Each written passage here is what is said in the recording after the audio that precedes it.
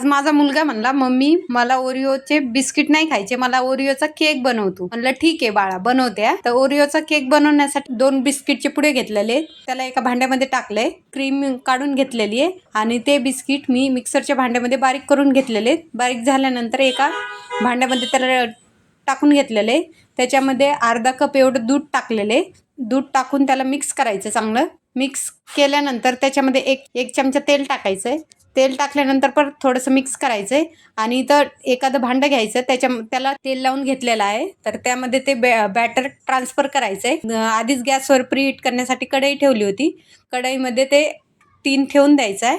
फक्त 15 मिनिटासाठी बेक करून घेतलं आहे आणि 15 मिनिटात एवढा छान असा केक तयार झालेला आहे. टूथपिक डीप केलेली, एकदम क्लिअर निघाली, म्हणजे आपला केक छान असा बेक झालेला आहे. थोडं 5-10 मिनिटं थंड करून घ्यायचे.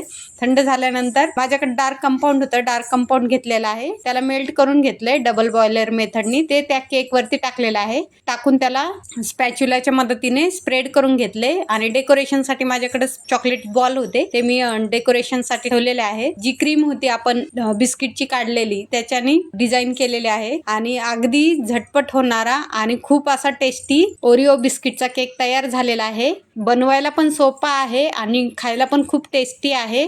तुम्ही पण नक्की बनवून बघा ओरिओचा चॉकलेट केक. खूप छान आहे. रेसिपी आवडली असेल तर लाईक आणि सबस्क्राईब करा. धन्यवाद.